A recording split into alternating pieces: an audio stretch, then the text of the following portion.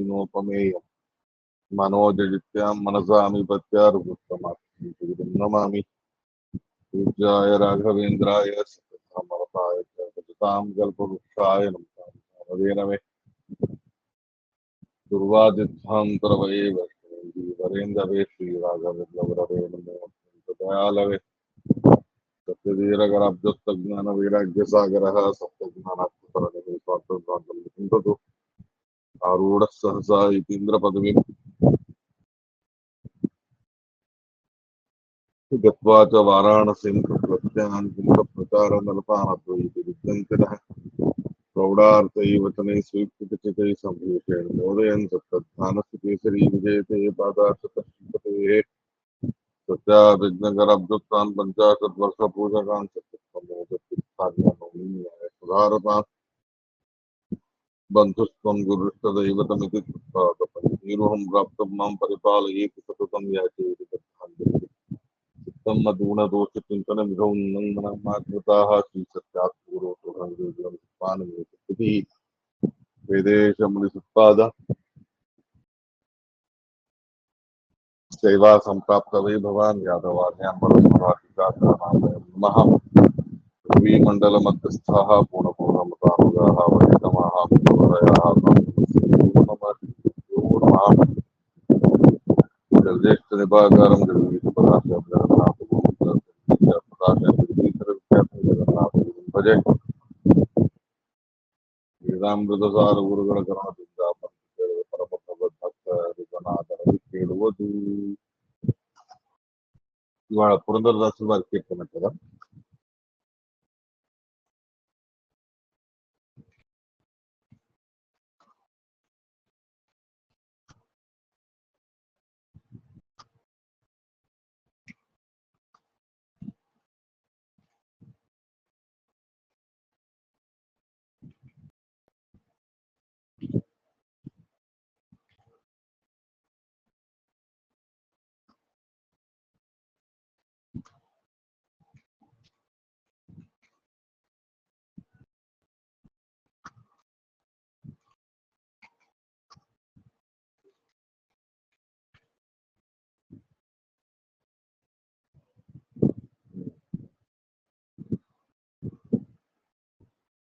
హనుమనోభిష్టవరదం సర్వార్థ ఫలప్రదం పురందరదం వందే దాసస్య దయానిధిం. శ్రీగురుభ్యో నమః. హరి ఓం.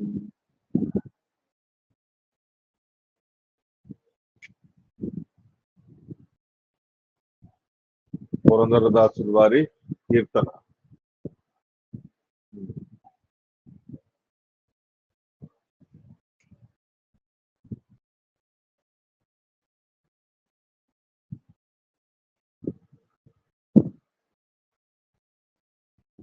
ఇది భాగ్య ఇది భాగ్య ఇది భాగ్యవయ్యా అనేటటువంటి పద్యం.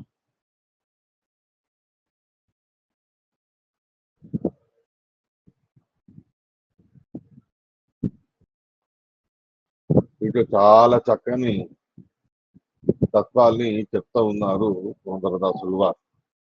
ఎలా మనం మెదలాలి జీవితంలో, ఎవరితో ఎలా మెదలాలి మొదలైనటువంటివన్నీ కూడా చాలా సుందరంగా వివరణ అందిస్తున్నారు.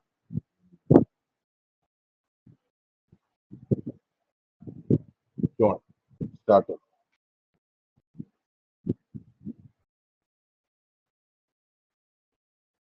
ఇది భాగ్య ఇది భాగ్య ఇది భాగ్యవయ్యా. నిజమైన భాగ్యం ఏమిటి అన్నదాన్ని చెబుతారు పురందరదాసులు. ఏంటది అంటే పద్మనాభన పాద భజని సుఖవయ్యా. పద్మనాభ రూపీ పరమాత్ముడి పాదములను భజించడం అనేది ఉంది కదా, దానికంటే గొప్ప సుఖం మరొకటి లేదు అనే మాటని చెప్తున్నారు.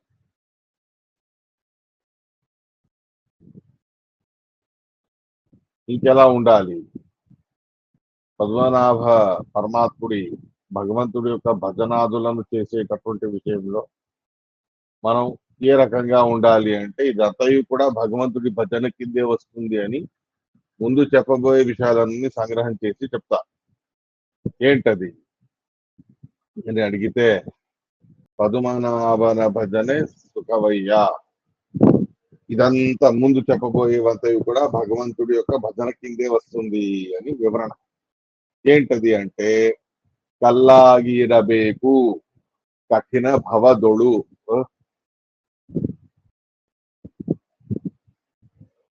కఠిన భవ తొరెయొಳಗೆ. సంసార సాగరంలో మనం ఎలా ఉండాలి అంటే బండరాయిలాగా ఉండాలి అని చెబుతారు. ఎలా అయితే బండరాయి మీద ఎంతో ప్రవాహం అనేది అలా దూసుకు వెళ్ళిపోతుంది. ఎంత ప్రవాహం ఎలా వెళ్ళినాను కూడా నిర్వికారంగా ఉంటుంది ఆ బండరాయి. అలా ఆగమాపాయను అనిత్య తాం తితిక్షస్వ భారత అనే గీతావచనాన్ని సులభంగా కన్నడ భాషలో మన లాంటి వాళ్ళందరికీ అర్థమయ్యే రీతిలో ప్రాకృతికమైన భాషలో ఒక పాయింట్ చెప్పేస్తున్నారు పురందరదాసులు వారు. కఠిన భవ తొరెయొಳಗೆ, కఠినమైన భవము అంటే సంసార సాగరం. ఆ సంసార సాగర కెరటాలతో ప్రభావం లేకుండా నిర్వికారంగా నిర్నిమిత్తంగా పద్మపత్రం ఇవాంభస అన్నట్టు బండరాయిలాగా ఉండాలి.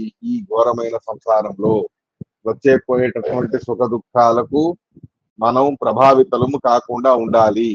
ఆ వచ్చే పోయే సుఖ దుఃఖాలు, ప్రాపంచిక సుఖ దుఃఖాలు అవన్నీ తాత్కాలికము.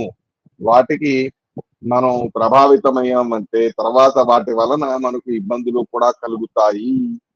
కాబట్టి కల్లాగిరಬೇಕು కఠిన భవ తొరెయొಳಗೆ, ఒక బండరాయి వలె మీరు ఉండండి అని చెప్తున్నా. ఇక బిల్లాగి ఇరಬೇಕು బల్లవరుడు అని అన్నా. తొరెయొಳಗೆ అంటే అలలా గురుగారు? కఠిన భవ తొరెయొಳಗೆ, కెరటాలు, అలలు కెరటాలు ఏమేంటి ప్రవాహం అనే అభిప్రాయం. ప్రవాహం అనే అభిప్రాయం. బిల్లాగి ఇరಬೇಕು బల్లవరుడు, బిల్లు అంటే బాణం. అదేం చేస్తుంది? వంగి ఉంటుంది, వాలి ఉంటుంది. అలా బల్లవరుడు జ్ఞానులైన వాళ్ళు, పెద్దవాళ్ళు, మహానుభావులు ఎవరైతే ఉంటారో వాళ్ళ ఎదురుగా మనం అణిగిమణిగి వంగి ఉండాలి అనేటటువంటి అభిప్రాయాన్ని చెప్తున్నారు. జ్ఞానుల విషయంలో మనం నిటారుగా నిల్చునేటటువంటి ఖమ్మంలాగా తల ఎత్తి వాళ్ళతో మాట్లాడే రకంగా వ్యవహారం అనేది ఉండకూడదు. మనం జ్ఞానుల విషయంలో, పరమ పూజ్యుల విషయంలో ఒక బాణం, ధనుస్సు ఎలా వంగి ఉంటుందో అలా వంగి ఉండాలి, వారికి అడిగి ఉండాలి. ఇది నిజంగా భగవంతుడి పూజ అని అంటున్నా. మెల్లనే మాధవన మనది మెచ్చిసಬೇಕು. ఆ లక్ష్మీపతి అయిన నారాయణుణ్ణి మనస్సులోనే నిరంతరంగా స్మరించుకుంటూ చింతన చేస్తూ ఆ భగవంతుడిని మనం మెప్పించే ప్రయత్నంలో ఉండాలి. అలా మెప్పించే ప్రయత్నంలో మనం ఉండాలి. మెల్లనే మాధవన మనది మెచ్చిసಬೇಕು. అలా భగవంతుడు ఏం చేస్తే మెచ్చుతాడో దాన్ని మనస్సులోనే నిదానంగా ఉపాసన అనేది చేసేది బయట పెట్టకూడదు.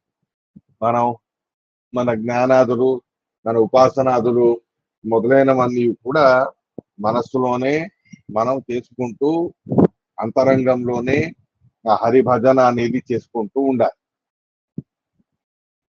బెల్లವಾಗಿರಬೇಕು బంధు జనరొಳಗೆ అని అంటారు. బెల్లం ఎలా ఈగలన్నిటినీ కూడా ఆకర్షిస్తుందో అలా బంధుజనులు ఎవరైతే ఉన్నారో వాళ్ళందరికీ మనం బెల్లంలాగా ఉండాలి అని అంటారు. బెల్లంలాగా ఉండాలి అంటే వాళ్ళతో సౌహార్దంగా ఉండాలి. అలా అని చెప్పి వాళ్ళకి లొంగిపోకుండా నువ్వు కూడా ఉండాలి. చక్కెర అని అనవచ్చు, కళ్ళు సక్కరే అని అనవచ్చు. కానీ చక్కెర అని అంటే ఏమవుతుంది? అది కరిగిపోతుంది. బెల్లం అంత సులభంగా కరగదు, అది గట్టిగా ఉంటుంది. అలా బంధువుల విషయంలో సౌహార్దంతో ఉండాలి, ప్రేమతో ఉండాలి, చక్కగా ఉండాలి. కానీ ధర్మాధర్మ విషయాలు వచ్చినప్పుడు ధర్మానికి గట్టిగా దృఢంగా మనం ఉండాలే తప్ప బంధువుల కోసం అని చెప్పి ధర్మాన్ని వదిలిపెట్టడం అనేది చేయకూడదు. అలా బంధువులకి ఆకర్షితంగాను కూడా ఉండాలి, వాళ్ళకి అనుకూలంగాను కూడా ఉండాలి, వాళ్ళతో చక్కగాను కూడా ఉండాలి.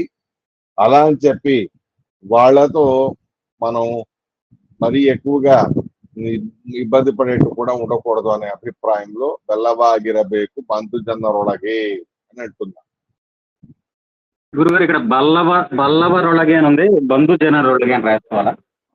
కాదు కాదు, పైన బిల్లాగిరబేకు బల్లవరుడు, బెల్లవాగిరబేకు బంధుజనరొಳಗೆ. అది బల్లవరుడు ఉందా నీ దగ్గర? ఆ, నా దాంట్లో ఏమనుంది అంటే బిల్లాగిరಬೇಕು తన్నవరొಳಗೆ అని ఉంది, వ్యత్యాసం బెల్లವಾಗಿರಬೇಕು చేశా, బల్లవరొಳಗೆ అని ఉంది. వ్యత్యాసం చేశా. బెల్లವಾಗಿರಬೇಕು బంధుజనరొಳಗೆ అని రాసు, పైన బిల్లాగిరಬೇಕು బల్లవరుడు అంతే. ఆ, చాలా వ్యత్యాసం చేశా.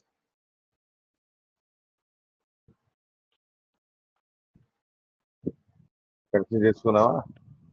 రాస్తున్నాను. ఉమ్. బుద్ధిಯಲ್ಲಿ తను మనవ సిద్ధి కొಳುతిరಬೇಕು. మనస్సులోనే బుద్ధితోనే అంటే వివేకముతో ధర్మాధర్మ విచక్షణ జ్ఞానముతో మన శరీరాన్ని మన మనస్సుని కూడా నిరంతరంగా సరిచేసుకుంటూ వెళ్ళాలి. మనస్సు శుద్ధపరచాలి, శరీరాన్ని శుద్ధపరచాలి. బుద్ధికి తగ్గట్టు లోక వ్యవహారంలో మన బుద్ధి శక్తికి తగ్గట్టు, వివేక శక్తికి తగ్గట్టు మన శరీరము మనస్సు వీటిని సరి చేసుకుంటూ వెళ్ళాలి. రోజువారీ అనుభవాలు మనకు వస్తాయి. ఎక్కడ మనం తప్పాం, ఎక్కడ తప్పకూడదు, ఎక్కడ వ్యత్యాసం చేశాం ఇత్యాదులన్నీ కూడా గమనించి దాన్ని సరిదిద్దుకునేది పని చేయాలి అని చెప్తున్నా.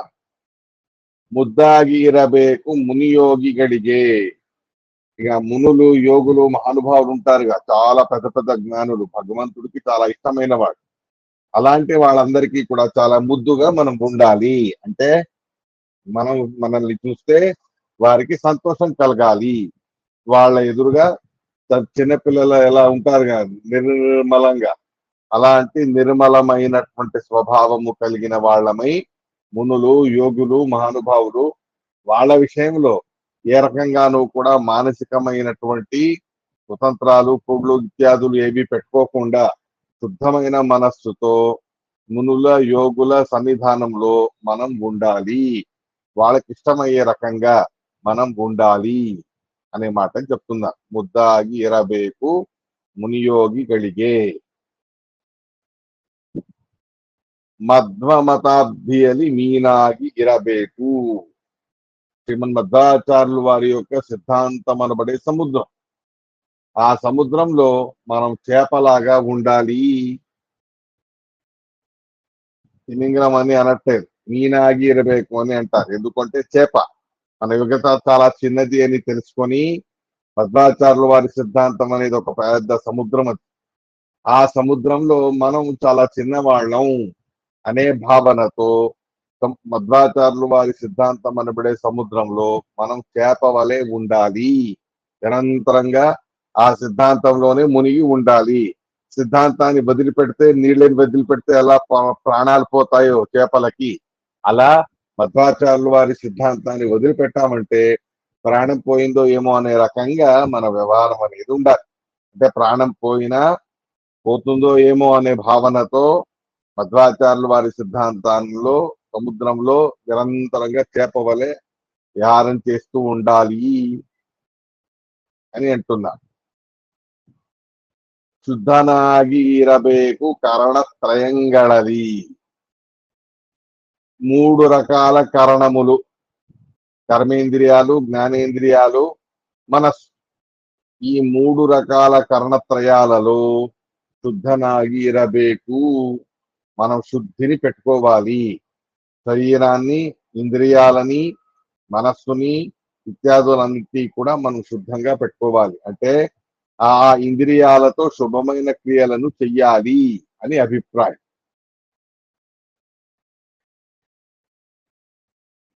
అర్థమైందిగా? అలా అర్థమైంది గురుగారు. జ్ఞానేంద్రియాలతో, కర్మేంద్రియాలతో, మనస్సుతోనూ కూడా మనం శుద్ధంగా ఉండాలి, రుజుత్వంగా ఉండాలి. నిర్మలత్వం అనేది పెట్టాలి. శుద్ధమైన క్రియలే ధర్మక్రియలని చెయ్యాలి. ವಿಷಯಭೋಗದ ತೃಣಕ್ಕೆ గురియాగి ఇరబేకు. ఎలా అయితే ఒక తృణానికి అగ్ని ఎలా భస్మం చేసేస్తుందో, అలా దుష్టమైన విషయభోగాల విషయానికి వస్తే మనం అగ్ని వలె ఉండాలి, దాన్ని భీషణంగా విరోధించాలి అని అంటున్నా. నిషిద్ధమైన విషయభోగాల విషయం వస్తే ఆ నిషిద్ధమైన విషయభోగాల విషయంలో మనం అగ్ని వలె మహా విరోధం అనేది చెయ్యాలి తప్ప ఆ విషయభోగాలని అలవర్చుకోకూడదు, దుష్టమైన విషయభోగాన్ని అలవర్చుకోకూడదు అని అభిప్రాయం. నిషిహగలు శ్రీహరియ భజిసబేకు. రాత్రి సమయము పగలు ఎప్పుడైతే ఎప్పుడు పెట్టినా అప్పుడు నిరంతరంగా శ్రీహరిని మనం భజిస్తూ ఉండాలి, చింతన చేస్తూ ఉండాలి, స్మరిస్తూనే ఉండాలి. భగవంతుడి యొక్క విస్మరణ అనేది ఎప్పటికీ కూడా చేయకూడదు అని చెప్తుందా. ವಸುಧೆಯೊಳು ಪುರಂದರ ವಿಠಲನ ನಾಮವ ಹಸನಾಗಿ ನೆನೆನೆನೆದು సుఖియాగಬೇಕು. ఈ భూమి అందు భారతదేశంలో విశేషంగా జన్మించిన కారణాన, విశేషంగా కర్మభూమి అయి ఉండడం వలన పురందర విఠలన, ఆ పురందర విఠల అనబడే పరమాత్ముడిని, మనకిష్టమైన భగవద్ నామాన్ని ఏదైనా సరే ఆ నామాన్ని హసనాగి నెననెనదు ఎంతో సంతోషంగా భక్తితో నిరంతరంగా స్మరించుకుంటూ సుఖంగా ఉండాలి, మోక్షాన్ని పొందాలి. ఈ భూమిలో మానవ జన్మ అనేది చాలా అపురూపం.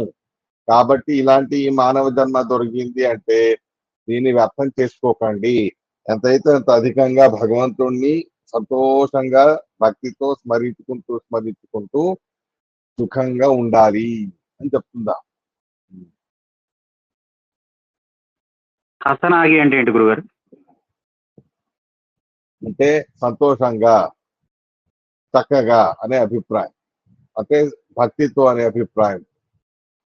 ఆ కంసుడు కూడా నన్ను గుర్తు చేసుకున్నాడుగా భగవంతుణ్ణి, ద్వేషంతో గుర్తు చేసుకున్నాడు. అలా కాదు, భక్తితో గుర్తు చేసుకోవాలి. అర్థమైందా?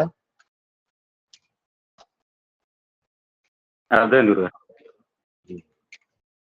వసుధయుడు అంటే భూమిలోనా గురుగారు? అవును. వసుధ అంటే భూమి, వసు అంటే సమగ్రమైన సంపదలు, అది ఇచ్చేటటువంటి భూమి. ఆ భూమిలో మనం నిరంతరంగా పరమాత్మని స్మరించుకుంటూ సుఖంగా ఉండాలి అని అంటున్నారు.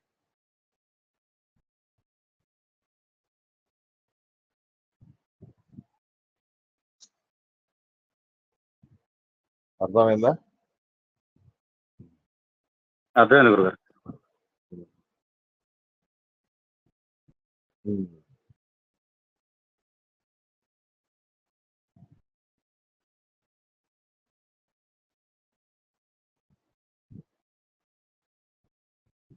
ధర్మమే జయమెంబ రాగ సావేరి అట్టతాళ అని అంటారు. ధర్మవే జయ అనబడే ఒక దివ్య మంత్రం అనే అభిప్రాయంలో ధర్మవే జయ అనబడే కీర్తనని పురంధరదాసుల వారు చేస్తున్నారు. చాలా అద్భుతమైనటువంటి కీర్తన, ఎంతో విషయాలు ఉన్నాయి. దాని స్క్రీన్ షాట్ పెట్టరా గురుగారు? స్క్రీన్ షాట్ పీడిఎఫ్ ఫార్మాట్ లో ఉన్నది, మనం ఎలా దాన్ని కాపీ చేయాలి?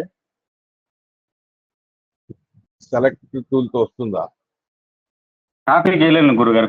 పీడిఎఫ్ అన్ని పీడిఎఫ్ కాపీ అవ్వవు, కాబట్టి స్క్రీన్ షాట్ తీసి పెడితే వస్తాము. సరే సరే చూస్తాను. ఒకసారి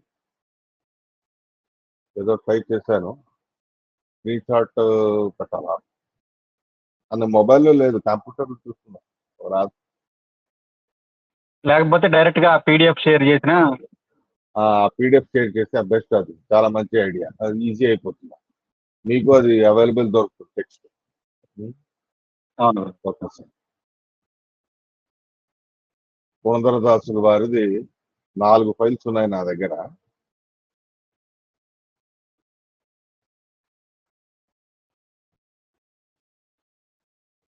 భారతి ఏదైనా మెసేజ్ పెట్టారా? ఈ పాట పెట్టాను. అయితే అందులో నేను పెట్టిన దాంట్లో తప్పులు ఉన్నాయి మీరు చెప్పిన దానికి, అందుకే డిలీట్ చేశాను. ట్రై చేస్తాం. ఇది మామూలుగా టెక్స్ట్ క్యాట్ లో వెళ్ళి attachment upload from computer.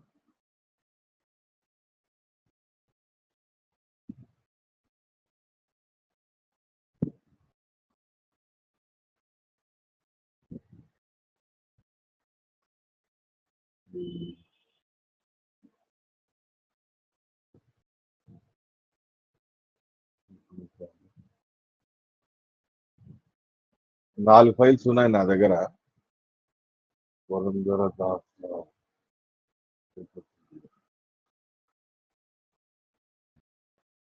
New folder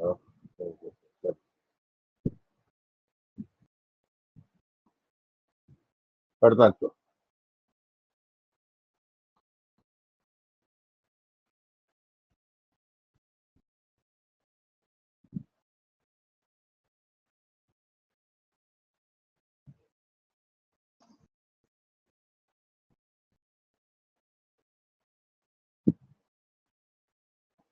వచ్చిందా ఫస్ట్ ఫైల్ అప్లోడ్ అవుతుంది.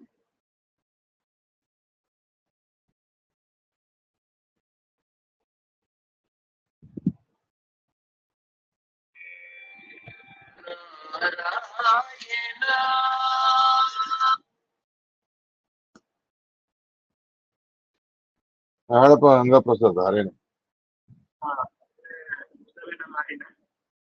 ಅಲ್ಲ ಪಾಠನಾಗಿದ್ದೀನಿ ಈಗ ಸಾಯಂಕಾಲ ಅವ್ರದ್ದು ಅರ್ಗನಂತರ ದಾಸರ ಕೀರ್ತನೆಗಳ ಪಾಠ ನಡೆದ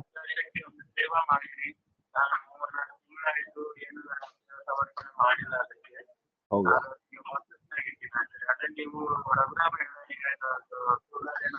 ಹಾ ಎಲ್ಲಾರು ಪಾಪ ಎಲ್ಲರಿಗೂ ಹೇಳ್ಕೊತ ಕೂತಾನವ.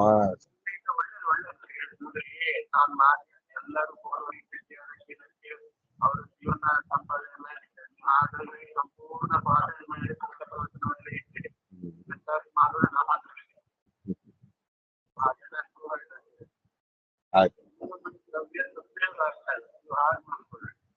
ಸರಿ ಹಾಗೆ ಒಳ್ಳೇದಪ್ಪ. ಇವತ್ತು ಸಾಯಂಕಾಲ ಭಾಗವತ್ ಇರ್ತಾನಲ್ಲೂ ಗೊತ್ತು ಪ್ರೋಗ್ರಾಮ ಮಹಾಭಾರತ ಆತ್ಮಣತ್ತು ಆಗ್ತದೆ.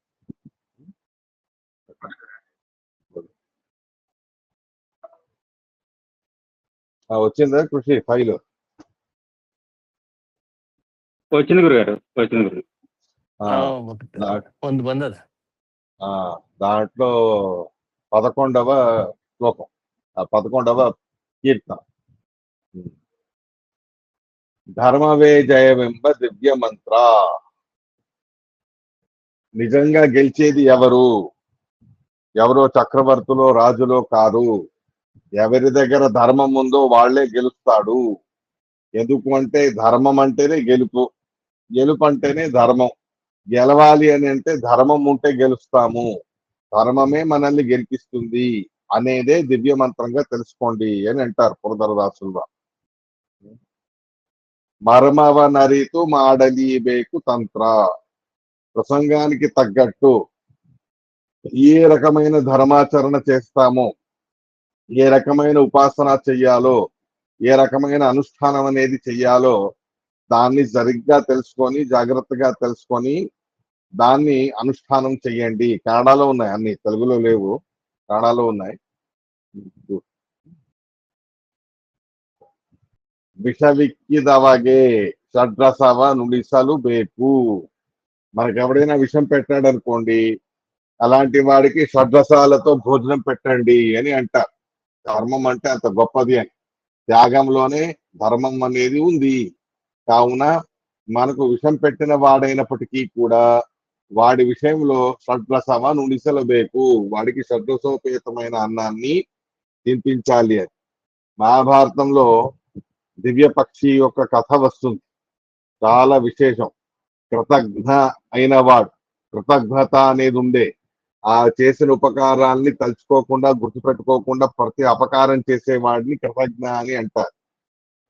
దానికంటే మహాపాపం మరొకటి లేదు అనే భావం ఆ కథాభాగంలో వస్తుంది మహాభారతం. అక్కడ ఆ దివ్యమైన పక్షి బ్రహ్మదేవుడి యొక్క విశేషమైన సేవకుడు. ఆయన తనని చంపి తినాలి అని అనుకునే దుర్బుద్ధితో ఉండే ఆ వృత్తిని వ్యాధ వృత్తిని అవలంబించినటువంటి బ్రాహ్మణుడి కోసం తన ప్రాణాలు కూడా త్యజించి అనుగ్రహం చేసింది.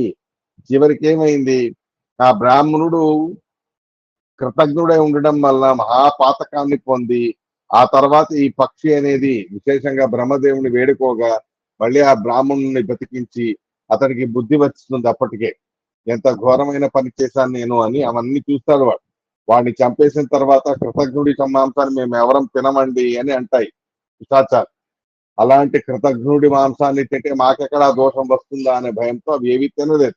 అంత భయంకరమైన తప్పు చేశాను కదా నేను అని తర్వాత ఆ బ్రాహ్మణుని మళ్ళీ బతికిస్తుంది ఈ పక్షి బ్రహ్మదేవుని వేడుకొని.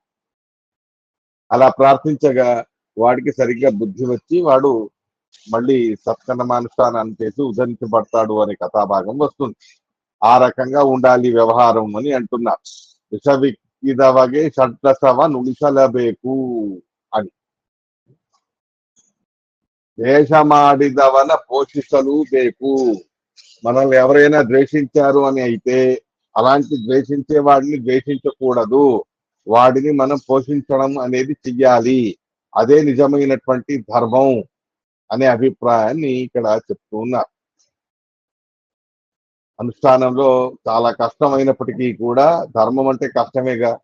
ఆ రకంగా చేయడం వలన మనం ఇక్కడేదో తాత్కాలికంగా నష్టపోవచ్చు, కానీ ఈ రకమైన ధర్మ సంరక్షణ చేయడం వలన మనం ఊర్ధ్వలోకాల్లో చాలా దీర్ఘమైనటువంటి కాలం వరకు సుఖంగా ఉండడానికి అవకాశం ఉంటుంది అనే అభిప్రాయాన్ని పెట్టుకొని చెప్తూ ఉన్నారు. భాగవత ధర్మాలన్నింటిలోనూ కూడా వస్తుంది. తాత్కాలికమైన శరీరంతో నాకేదో నష్టమవుతుందో కష్టమవుతుందో అని చెప్పి ధర్మాన్ని వదిలిపెట్టేస్తే ఆ తర్వాత కోట్ల సంవత్సరాలు కష్టపడడం అనేది ఉంటుంది ఊర్ధ్వలోకాల్లో. అక్కడ మనం ఆలోచించాలి, ఇక్కడ ఉండేది తక్కువ, అక్కడే ఎక్కువ ఉంటాం. అలా ఉన్నప్పుడు ఇక్కడ ఉన్న దాంట్లో మనకు నష్టమైన కష్టమైన ఇబ్బంది అయినా ధర్మాన్ని ఆచరించామంటే అక్కడ మనం ఎంతో అధికమైన సుఖశాంతులతో ఉండడానికి అవకాశం ఉంటుంది అనే అభిప్రాయాన్ని పెట్టుకొని ధర్మరక్షణ అనేది చెయ్యాలి అని చెప్తున్నా. ఎందుకు అంటే ఎవరు శత్రువులు అవుతారు, ఎవరెవరికి శత్రువులు అవుతారు, వాడు నన్ను ద్వేషిస్తున్నాడు, వాడే ఎందుకు ద్వేషిస్తున్నాడు ఇత్యాదులు అన్ని ఆలోచించుకుంటూ వెళితే మన కర్మలే మనకు వాడి ద్వారా ఈ రకమైన ప్రవృత్తిని కలగజేస్తుంది. కాబట్టి మన కర్మలకు తగ్గట్టు మనం ప్రతిఫలాన్ని పొందుతాం, కర్మలకు తగ్గట్టు పరిస్పందనలను పొందుతాం, కర్మలకు తగ్గట్టు రియాక్షన్ అనేది మనకు ఉంటుంది. అలా ఉన్నప్పుడు మనం చేసే పాప కర్మాలని మనం ద్వేషించాలి తప్ప ఆ పాపపు కర్మల ఫలితాన్ని అనుభవింపజేసినటువంటి క్రియకి నిమిత్తమైన వాడిని ద్వేషిస్తే ఏ ప్రయోజనం లేదు అనే మహా సిద్ధాంతాన్ని భాగవత ధర్మాలు అత్యంత ఉత్తమమైనటువంటిది. మహా ఉత్తమమైన భాగవతుడు ఎవడు అని అడిగినప్పుడు ఏకాదశ స్కంద భాగవతంలో ఈ విషయాన్ని చెబుతా. దాన్ని మనసులో గుర్తుపెట్టుకొని ఏకాదశ స్కంద భాగవతాన్ని మనకి ఇక్కడ చక్కగా అర్థమయ్యే రీతిలో పురంధరదాసులు వారు మనకి ఇక్కడ రాసి చెప్తూ ఉన్నారు, కీర్తనలో చెప్తూ ఉన్నారు. పాయింట్ క్యాచ్ చేశారా ఏం చెప్పాలనుకుంటున్నాను. పుసిమాడి కెడిసువన హాడి హరసలు బేకు. ఎవడైతే అబద్ధాలు చెప్పి మనల్ని ఇబ్బంది పెట్టాలని చూస్తాడో అలాంటి వాడిని మనం గట్టిగా స్తుతించాలి. చాలా మంచి పని చేశావు నాయన అని వాడిని పొగడాలి. ఎందుకు అంటే వాడు అలా చేసినందుకే మనకు వైరాగ్యం వచ్చింది కదా అని ఈ పాయింట్ లో మన భిక్షు గీత అని వస్తుంది ఏకాదశ స్కంద భాగవతంలో. ఆ భిక్షు గీతాలో అందరూ వాడిని ఇబ్బంది పెడతారు. ఆ భిక్షువుని పాపం మంకీ భిక్షు కాదు మంకీ గీత అనే దాంట్లో మంకీ అనే వాడు పిసినాడు. ఆ వాడు బాగా ఉన్నప్పుడు అందరినీ ద్వేషించాడు, అందరి విరుద్ధంగా నడుచుకున్నాడు, ఉన్నట్టుండి తారుమారైపోయింది వాడి పరిస్థితి. అప్పుడు అందరూ వాడి మీద పగ తీర్చుకుంటారు. వాడు ఏ రకమైన అన్యాయాలు చేశాడో దానికి 100 రెట్ల అన్యాయాలు వాళ్ళు చేస్తారు. అలాంటి వాళ్ళ అన్యాయాలని అనుభవించి కొద్ది రోజులు బాధపడి ఆ తర్వాత ఆలోచిస్తాడు, నేను ఎందుకు బాధపడాలి, వీళ్ళు చేసినందుకు నేను కోప్పడాలా, నేను చేసిన కర్మలు నాకు ఇలా ఉన్నాయని చెప్పి అర్థం చేసుకోవాలా అనేది ఆలోచించి, ఆ తర్వాత నిజమైన దుఃఖం అనేది వీళ్ళందరూ ఇచ్చేది కాదు, మనస్సు అనేది నాకు నిజమైన దుఃఖాన్ని కలగజేస్తుంది. వాడు చేసినటువంటి పనులకు మనస్సు బాధపడుతుంది, కానీ వాడు చేసిన పనుల్లోనే నాకు మంచి ఉండొచ్చు కదా అని ఆలోచన చేయాలి కదా అనే లెక్కలో చెబుతారు. అభిప్రాయానికి స్పష్టంగా అర్థం అవ్వడానికి సులభమైన కథ ఒకటి ప్రసిద్ధమైనది ఉంది. ఎలా ఉండాలి అంటే, మనల్ని ద్వేషించిన వాడు ద్వేషయుక్తకమైనటువంటి విధమైనటువంటి క్రియలు చేసినా దాని వలన మనకు మేలే జరుగుతుందే తప్ప చెడు అనేది జరగదు. ఎన్ని ఉదాహరణలు ఇవ్వాలి? సురుచి ధ్రువరాజు గారికి ద్వేషంతో ఏవేవో చేసింది. దాంతో ఏమైంది? ధ్రువరాజు గారికి మంచి జరిగింది కదా, వెళ్ళి చక్కగా భగవంతుడి దర్శనం లభించింది. ఒకవేళ సురుచి అలా నడుచుకోకపోతే ఏమయ్యేది? మామూలుగా రాజ్యంలోనే ఉండిపోయేవాడే తప్ప భగవత్ సాక్షాత్కారం అనే మహా సౌభాగ్యాన్ని వాడు పొందేవాడు కాదు కదా ధ్రువ కుమారుడు. అలా ఆ లెక్కలు ఎన్నో ఉన్నాయి ఉదాహరణలు. పాండవులను వనవాసానికి పంపించాడు, ఏవేవో చేశాడు. అవన్నీ చేసినందుకు ఏమైంది? పాండవులకి తీర్థయాత్ర సౌభాగ్యం లభించింది. రాజ్య సంరక్షణలో టైం దొరకదు, తీర్థయాత్రలు చేయడానికి అవకాశం ఉండదు. ఈ 12 సంవత్సరాలు అపురూపమైన తీర్థాలు, క్షేత్రాలు, అపురూపమైనటువంటి దివ్యమైన క్షేత్రాలన్నీ కూడా దర్శించుకుంటారు ఆ పాండవులు అనే మాట కూడా ఆ శ్రీమద్ భాగవతంలో వస్తుంది. అలా ఎవడో ద్వేషంతో మనకు చెడు చేశాడు అని అనుకున్నప్పటికీ కూడా తాత్కాలికంగా అది చెడే అయి ఉంటుంది మనకు చూడ్డానికి. కానీ కొంచెం సూక్ష్మంగా ఆలోచిస్తే దాని వలన మనకు మంచే జరుగుతుంది అనే భావము మంచి అనే వారి మాటల్లో కూడా ఈ ప్రసంగాన్ని చెబుతారు. ఉదాహరణకి స్పష్టం అవ్వడానికి, ఒక ఋషి గారు గంగా స్నానం చేసి వచ్చేవారట నిత్యం. అలాంటిది ఒక మ్లేచ్ఛుడు ఆయన స్నానం చేసి రావడం, అంత మడితో శుద్ధం అవ్వడం, ఇంకేంటి దేవుడి పూజకి వెళదామని అనుకునే లోపే ఆ రుచి మీద ఉమ్మేసేవాడు వీడు మ్లేచ్ఛుడు. మైలపడ్డాను కదా అని మళ్ళీ స్నానం చేసేవాడు. అలా 100-200 సార్లు వాడు ఉమ్మిన కించిత్తు కోపం పడకుండా చక్కగా స్నానాలు చేసుకుంటూ వస్తాడు. చివరికి వాడికి మ్లేచ్ఛుడికి ఉమ్మి ఉమ్మి నోరు నొప్పి పుట్టింది. వాడు అంటాడు, ఇదేంటండి మహానుభావ, నేను ఇన్నిసార్లు ఉమ్మితే నాకే నోరు నొప్పి పుట్టిందే తప్ప మీకు మాత్రం ఏం జరగలేదే కష్టం, మీరేం బాధపడలేదే, నేను ఇంతటి అపకారాన్ని చేశాను మీకు దాంతో బాధ కలగలేదా అని అంటే, నువ్వు అపకారం ఎక్కడ చేసావు నాకు? కాదండి, మీరు స్నానం చేసి శుద్ధిగా వస్తే ఉమ్మేసి మిమ్మల్ని మైలపరిచాను కదా అంటే, నువ్వు మైలపరిచినందుకు ఏమైంది? నాకు 100 సార్లు 200 సార్లు గంగా స్నానం చేసిన భాగ్యం లభించింది. ఒకసారి గంగా స్నానం చేస్తేనే సంవత్సర ఫలదా గంగా అనే మాట ఉంది. 360 రోజులు ఉపవాసం చేసిన ఫలితం. అలాంటిది 100 మార్లు గంగా స్నానం చేస్తే 36,000 రోజుల దాకాను కూడా సమగ్రమైన ఆయుష్ మొత్తం కూడా ఉపవాసం చేసినటువంటి మహా సౌభాగ్యాన్ని నేను పొందానే తప్ప దానివల్ల నాకేం నష్టం కలగలేదు, నా సమయం వృథా కూడా కాలేదు. తొందరగా వెళ్ళి పూజ చేసుకునేవాడిని, భోజనం చేసుకునేవాడిని, పడుకునేవాడిని. అవేవి కాకుండా నువ్వు ఉమ్మడం వల్ల ఈ ఒక్క రోజులోనే 100 రోజులు నేను గంగా స్నానం చేసిన పుణ్యాన్ని సంపాదించాను. అలాంటిది నాకెందుకు నువ్వు నష్టం చేసినట్టు అయింది, లాభం చేసినట్టు అయింది కదా అని అంటాడు ఆ ఋషి. ఆ రకంగా ఆలోచించాలి అనే అభిప్రాయంలో పురంధరదాసుల వారు ఈ కీర్తనలన్నింటినీ కూడా మనకు చెప్తూ ఉన్నారు. వీటికన్నిటికీ కూడా శాస్త్రీయమైన ఉదాహరణలు కూడా నేను చెప్పాను. మోసమాడువన ಹೆಸರು మగనిడಬೇಕು. ఎవరు మోసం చేస్తాడు కదా, ఆ మోసం చేసేటటువంటి వాడి పేరుని కొడుకుకి పెట్టుకోవాలి అని అంటారు పురంధరదాసుల వారు. ఎందుకలా అని అంటే, సాంసారికమైన వైరాగ్యం అనేది కలుగుతుంది. వాడెవడో మోసం చేశాడు అంటే మనకు ఉపకారమే చేసి ఉంటాడు అనే అభిప్రాయంలో పెట్టుకొని మోసపోయానంటే ఏమైంది? ఒక కొత్త పాఠం నేర్చుకున్నట్టు అవుతుందిగా. మనల్ని ఎవడో మోసం చేశాడు అంటే ఒక కొత్త ఉపాయం, మనకు కొత్త ఆలోచన, కొత్త అనుభవం అనేది వస్తుంది. ఆ కొత్త అనుభవం రావడానికి వాడు పెద్ద ఉపకారం చేసినట్టే. కాబట్టి ఆ ఎక్స్పీరియన్స్ అనేది మళ్ళీ మోసపోకుండా మనల్ని కాపాడుతుంది కదా. కాబట్టి వాడు పెద్ద ఉపకారమే చేశాడు. ఎంత ఉపకారం చేశాడంటే ఆ మోసం చేసిన వాడి పేరుని మీ అబ్బాయికి పెట్టుకోండి అని అంటారు పురంధరదాసులు వారు. ఆ పాయింట్ క్యాచ్ చేశారా? ಮೋಸ ಮಾಡುವರ ಹೆಸರು ಮಗನಿಗಿಡಬೇಕು ಅಂಟ. ಹಿಂದೆ నిందిపురను 100 సుతలు ఇరಬೇಕು. మన వెనక ఏవేవో అంటుంటారు మనల్ని. మన వెనకాతలే ఏదేదో అంటుంటారు, ఏవేవో మన గురించి చాడీలు చెప్తూ ఉంటారు, ఏవేవో తిట్టుకుంటూ ఉంటారు. అలా తిట్టుకున్నటువంటి వాళ్ళందరికీ కూడా మనం నమస్కారం చేసుకుంటూ వెళ్ళాలి. ఎందుకండి వాడు నిందన చేస్తున్నాడు కదా అంటే, నిందన చేస్తే ఏమైంది? వాడు తిట్టినందుకు, నిందన చేసినందుకు వాడి పుణ్యం మనకిచ్చాడు, మన పాపాన్ని వాడు తీసుకున్నాడు. కాబట్టి ఉపకారం చేసినట్టే అయింది కదా. కాబట్టి అలా నిందకులని మనం నమస్కారం చెయ్యాలి. నిందకులు ఉన్నారు అంటే మనం తప్పులు చేసినవి సరిగ్గా తెలుసుకుంటాం. నిందకులు ఉన్నారు అంటే మన పొరపాట్లు ఏమిటి అనేది మనకు తెలుస్తుంది. అలా ఒక రకంగా మనల్ని ఎవరో నిందన చేశారంటే మహా ఉపకారం చేసినట్టే అవుతుందే తప్ప దానివల్ల మనకే నష్టం అనేది లేదు.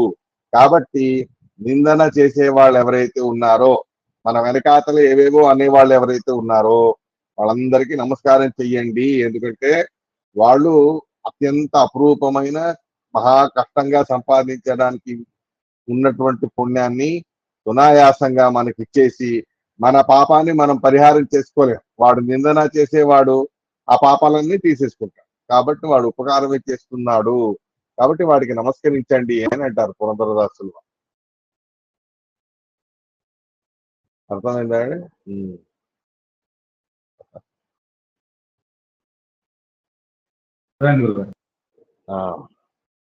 బంధనదొಳಿಟ್ಟವರ ಬೆರೆಯಬೇಕು.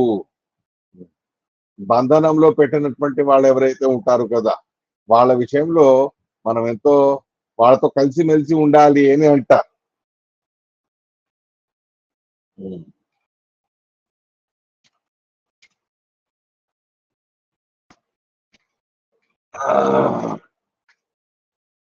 అంటే వారితో మిక్స్ అయిపోవాలి, కలిసిమెలిసి ఉండాలి. కాదండి కలిసిమెలిసి ఉంటే మళ్ళీ మళ్ళీ బంధనానికి పెడతాడుగా వాడు, వారితో కలిసిపోవడం మంచిదేగా అని అంటారు పురంధరదాసులు వారు. అలా కలిసిపోవడం వల్ల ఏం జరుగుతుంది? మంచి జరుగుతుంది. ఎలా మనల్ని బంధనంలో పెట్టాడంటే ఖాళీ దొరుకుతుందిగా బోల్డంతా. ఆ ఖాళీ సమయంలో ఏం చేస్తాం? హాయిగా రామనామస్మరణ చేసుకుంటూ ఉండవచ్చు, చక్కగా హరికథ శ్రవణం చేసుకుంటూ ఉండవచ్చు. అలాంటి బంధనాలతో టైం బోల్డంత దొరుకుతుంది. ఆ బోల్డంత టైం దొరికినప్పుడు వేరే పని పాట ఏముంటుంది జైల్లో ఉన్న వాళ్ళకి? హాయిగా ఆ పనులన్నీ చక్కగా జైల్లో ఉన్న వాళ్ళకి కావలసినంత టైం ఉంటుంది, బోల్డంత సమయం ఉంటుంది, హాయిగా నామస్మరణ చేసుకుంటూ ఉండవచ్చు. కాబట్టి బంధనొద్దెవర బెరేಬೇಕು, వాళ్ళతో కలిసిమెలిసి ఉండాలి అని అంట. కొందవైర్య మనಗೆ ನಡೆದು ಹೋಗಲೇಬೇಕು. ఎవరైతే మనల్ని సంహారం చేయడానికి సిద్ధంగా ఉంటాడే శత్రువు, అలాంటి వాడి ఇంటికి చక్కగా నడుచుకుంటూ వెళ్ళాలి అని అంట. నడుచుకుంటూ వెళ్ళాలి వాడింటికి. అలా నడుచుకుంటూ వెళితే ఏమవుతుంది? వాడు చంపేస్తాడుగా. చంపేస్తే ఏమైంది? మనకు ఈ మానవ శరీరం అనేది పోయింది, నీచమైనటువంటి యోని. అలాంటి ఆ మానవ శరీరం అనేది పరిహారం అయిపోతుంది అనే అభిప్రాయంలో. లేదా కొందవైర్యం మనకి నడదు హోగలిబేకు అని అంటే ఆ మమ్మల్ని సంహారం చేసేవాడి, మమ్మల్ని సంహారం చేసే అంతటి వైరం మనతో ఉన్నవాడి ఇంటికి మనం వెళ్ళినా వాడు చంపడం చావడం అనేది మన చేతిలో ఉండదుగా. అది భగవంతుడి చేతిలో ఉంటుంది. ఆ భగవంతుడి చేతిలో ఉన్నప్పుడు నమ్రియతే, అది భగవద్గీతలో వస్తుందిగా, ఉభయం విజానీతే నాయం హంతి నహంతి చ ఇత్యాది. నాయం హంతి హంతి చ ఇత్యాదిగా భగవద్గీతలో వస్తుంది. చంపేవాడు, చంపబడేవాడు ఇత్యాదులు అన్ని కూడా భగవంతుడి అధీనంగా ఉంటుంది. వాడు చంపాడు, వీడు చచ్చాడు, ఇవన్నీ వ్యవహారాలన్నీ సొల్లు కబుర్లు. నిజమైన అర్థంలో వాడు వీడిని చంపడం, వీడు వాడిని చంపడం అనేది ఏమి ఉండదు. వీడి కర్మ ఎలా ఉంటుందో ఆ కర్మలకు తగ్గట్టు వాడికి చావు రావడం అనేది ఉంటుంది. అలా అని చెప్పి శత్రువుల ఇంటికి వెళితేనే చనిపోతామనో, లేదా మిత్రుల ఇంటికి వెళితే బతుకుతామనో అని గ్యారంటీ ఏం లేదుగా. మిత్రుల ఇంటికి వెళ్ళినా ఆయుష్ తీరిపోయింది అంటే అక్కడే చావు రావచ్చు. కాబట్టి మన చావు పుట్టకలు మన చేతిలో లేవు అనే విశ్వాసం మనకు కలగడానికి ఆ చంపేటటువంటి వైరం పెట్టుకున్న ఆ వాడి ఇంటికి కూడా మనం నడుచుకుంటూ వెళ్ళాలి అని అంటారు. అలా నడుచుకుంటూ వెళ్ళినా మనకు ఆ దృఢ విశ్వాసం అనేది ఏది ఉందో అది ఇంకా గట్టిపడుతుంది. ఎందుకంటే చావు పుట్టుకలు ఎవరి చేతిలోనూ లేవు. అవన్నీ భగవంతుడి చేతిలో ఉన్నాయి అనేటటువంటి అభిప్రాయంతో ఇలా చెప్పడం అనేది చేశారు అనైనా అర్థం చేసుకోవచ్చు. ఉమ్. అందుకే కంసుడి దగ్గర నడుచుకుంటూ వెళ్ళాడుగా కృష్ణ పరమాత్మ. ఎదుటి కృష్ణ పరమాత్మ సంహారం చేయడానికి వెళ్ళాడు. కానీ మనకు అలాంటి పరిస్థితి లేదుగా. అలా ఉన్నప్పుడు చావు పుట్టుకలు అనేవి మన చేతిలో లేదు అనేది ఎప్పుడు తెలుస్తుంది?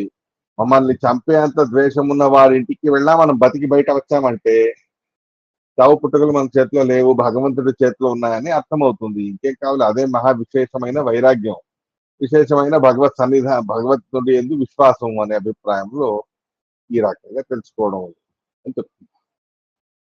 ಕುಂದೆಣಿಸುವವರ ಗೆಳತನ ಮಾಡಬೇಕು. మనలో కేవలం దోషాలే ఎత్తుతారు, తప్పులే చూస్తారు. నువ్వు ఆ తప్పు చేసావు, నువ్వు ఈ తప్పు చేసావు, ఈ తప్పు చేసావు, ఆ తప్పు చేసావు అని మాటికి తప్పులెంచేవారు ఉంటారు. ఆ తప్పులెంచేటటువంటి వాళ్ళతో స్నేహం చేయండి అని అంటారు. ఎందుకు? వాడు చెప్పేటటువంటి విషయాలన్నీ మన తప్పులు అని తెలిసిన తర్వాత దాన్ని సరిదిద్దుకోవడానికి వీలవుతుంది కదా. కాబట్టి తప్పులెంచే వాళ్ళ దగ్గర స్నేహంతో ఉండండి. వాడు మన తప్పులు ఎంచుతున్నాడు అంటే మనకు మేలే చేస్తున్నాడు, హితాన్నే చేస్తూ ఉన్నాడు అనే అభిప్రాయం స్పష్టమవుతుంది అని అంటున్నారు. కొండొಯ್ದು బడిಯುವವರ కొండాడు తిరಬೇಕು. మనల్ని ఎత్తుకెళ్ళి బాగా దేహశుద్ధి చేసే వాళ్ళు ఉన్నారనుకోండి, అలాంటి వాళ్ళని నిరంతరంగా కొండాడు తిరಬೇಕು, నిరంతరంగా వాళ్ళని స్తుతిస్తూ ఉండాలి అని అంటారు. ఇదేంటండి, తిట్లు మొదలైనవన్నీ పర్వాలేదు, తీసుకెళ్లి బాగా దేహశుద్ధి చేసినటువంటి వాడికి మనం స్తుతిస్తూ ఉండాలి అని అంటున్నారే, ఇదెలా అని అంటే, వాడు మనల్ని దేహశుద్ధి చేశాడు అని అయితే, బాగా దంచాడు మనల్ని అని అయితే, కొండైదు బడి మనల్ని బాగా దంచాడు అని అయితే, అప్పుడు వాడిని కొండాడుతూ వాడిని స్తుతిస్తూ ఉండాలి, కొండాడాలి వాడిని అని అంటారు. ఎందుకు అంటే వాడిచ్చినటువంటి గాయాలు మనకు అనాయాసంగా తపస్సు చేయడానికి వీలవుతాయి. అవన్నీ శరీరానికి కలిగినటువంటి కష్టాలు అనేవి ఉన్నాయి కదా, ఆ సర్వ కష్టాలు కూడా భగవంతుడికి తపస్సు అనే అభిప్రాయంతో మనం సమర్పించాలి. మనం సామాన్యంగా కష్టపెట్టాం దేహాన్ని, ఎంత అయితే అంత సుఖ పెట్టడానికే ప్రయత్నం చేస్తాం. అలాంటిది ఎవడైనా ఇలాంటి వాడు దొరకాడనుకోండి, మనల్ని ఎత్తుకెళ్ళి 4 తగిలించాడు అనుకోండి, మనల్ని దేహానికి గాయం అవుతుంది, దెబ్బ తాకుతుంది. ఆ గాయం, ఆ తాపం దేహానికి కలిగినటువంటి కష్టం అనేది ఏది ఉంది కదా, అది ఒక తపస్సు అని చెప్పి భగవంతుడికి సమర్పించవచ్చు. తపస్సు అంటే దేహ సంతాపకరం అనేది ఏది ఉందో, దేహానికి సంతాపాన్ని కలగజేయడం అనేది ఏది ఉందో దాన్ని తపస్సు అని అంటారు. అలాంటి వాళ్ళు ఎంతో ఉన్నాయిగా. నీళ్ళలో మునిగి తపస్సు చేస్తారు చలికాలం అయితే, జడివానలో నించుని తపస్సు చేసేవాళ్ళు, అగ్ని వేసవి కాలం అయితే పంచాగ్నుల్లో పెట్టుకొని తపస్సు చేసేవాళ్ళు, ఇలా దేహాన్ని బాగా సంతాపానికి గురి చేస్తే, ఎంత సంతాపానికి గురి చేస్తామో అంత అధికమైన తపస్సు అనే భావంలో ఆ మాటను చెప్తూ ఉన్నారు. కొండైదు బడియువర కొండాడు తిరಬೇಕು, కండు సహిసదవర కರೆಯಬೇಕು. మనం అంటే అసలు సహనం కాదు ఎవరికైనా. అలా మనమంటే ఎవరికి సహనం కాదో అలాంటి వాళ్ళని మనం పిలవాలి, మా దగ్గరికి రండి అని పిలవాలి. అలా పిలిచి మనం వాడిని పిలిచి వాడితో సద్వర్తన అనేది చేశామంటే, వాడు మనల్ని అనవసరంగా సహనం అనేది చేయకుండా ఉండేటటువంటి వాడు మారడానికి సాధ్యమవుతుంది అనే అభిప్రాయంలో కండు సహిసదవర కరయబేకు అని. లేదా మనం మన అభివృద్ధిని సహనం చేయనటువంటి వాళ్ళు ఉన్నారనుకోండి, వాళ్ళని మనం పిలిచామంటే ఇంకా మన అభివృద్ధిని చూసి వాడు కడుపు మంటతో బాధపడతాడు.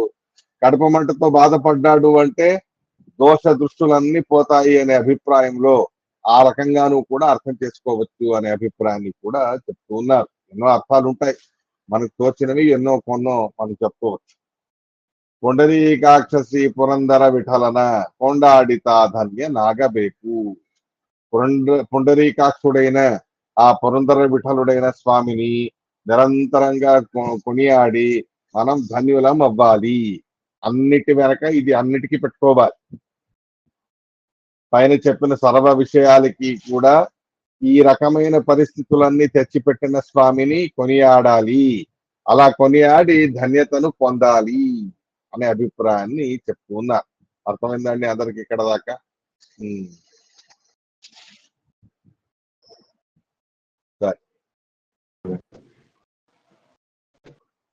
సరే మరి ఇంతటితో ఆపుదామా? ఇవాళ 7:20 అయింది. చూద్దాం. ఏం డౌట్స్ ఏం లేవుగా ఇవాళ కీర్తనల్లో? రేపు హరికథాంసార ఏంటిది? మాతృకా సంధి. మాతృకా సంధి. మాతృకా సంధి. సరే. నమస్కారం. నమస్కారాచార్య.